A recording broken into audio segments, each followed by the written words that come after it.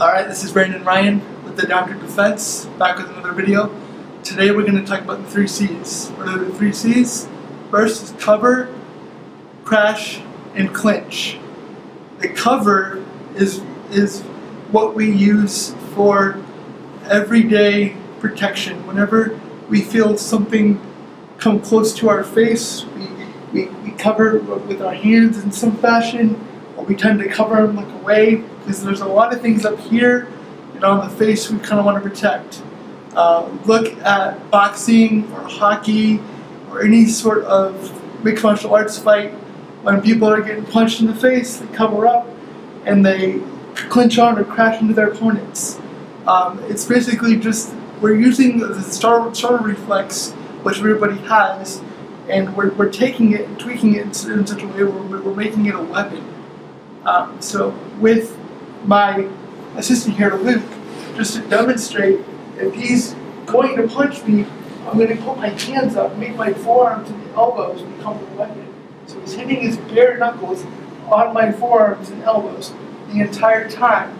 We're doing this because of the small movements become more efficient, whereas once we, in traditional martial arts, what we once learned was if someone punches and you do some block and weird punch this, the problem with that is if I do some type of block, I go here, he's already hitting me. That doesn't really line up and make a whole lot of sense in the time frame we live in now. So covering again is just basic startle reflex. So someone goes to attack me, oh no, I'm covering. This is gonna hurt because he's hitting bone. So you want to get with your forearm or elbow. In this case, the elbow. You can cover this way, or if he punches, you can cover this way and bang. That's going to be a broken knuckle or broken hand, however you look at it. Okay, so that's the cover aspect. It doesn't take a whole lot of practice to go, holy cow, someone's hitting me, or I can cover this way. You just want to get your hands up to absorb the punishment. You don't want to take anything on the jaw, which could be an instant knockout, and you don't want to let someone just wail on your brain. That's not conducive to health. Secondly is we have the crash. So what we do, if you have the ability to stand up, is I would cover and then I would crash my elbows into my opponent, in which case after that becomes the clinch, where I come here, we look for a takedown. But if you don't have the ability to stand up, so when I cover, what I want to do is I want to grab a layer of clothing and keep my head down. I grab and I pull him into a kick or knee of some fashion, and I start to hit the back of his head and knee and scratch, and I push him away. And maybe here I stomp his knee where he's on the floor, and I use his pressure point to knock him down. And I keep kicking until I can back away. But it all depends on the context that you find yourself in. There's a lot of people that ask, what if this happens? What if that happens? I don't know. But Luke is way bigger than I am.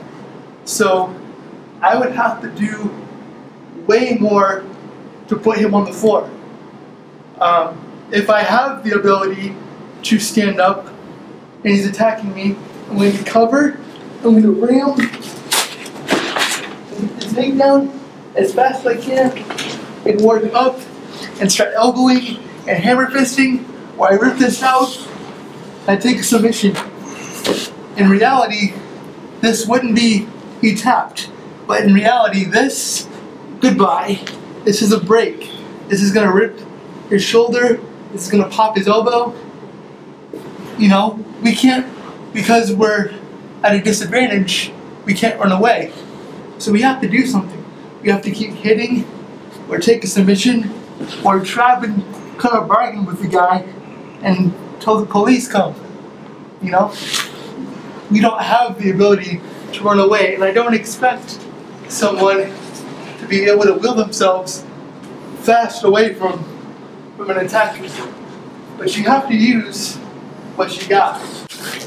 I don't care how pretty this looks, because when it comes down to protecting your life, you're going to do what you can and what you have to do to protect yourself. So in real time, both options, this is what it would look like for me.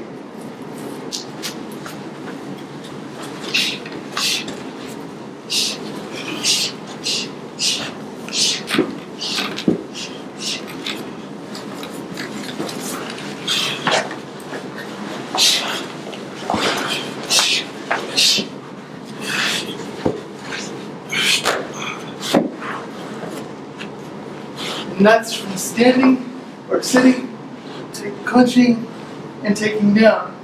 But if you don't have that mobility to move, this is again what it might look like. We don't know.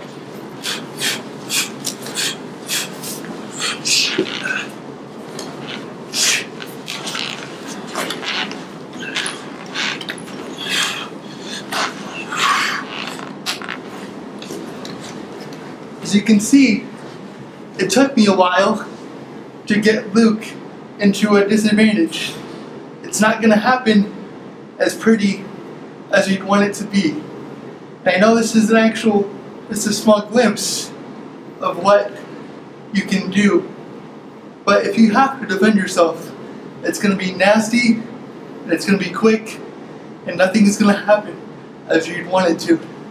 So I hope you can take this and start dissecting it for yourself, or find a studio or dojo you can train in. In the next segment, I will show what it's like defending yourselves with crutches when you're leaning against the wall, using the same 3 methods.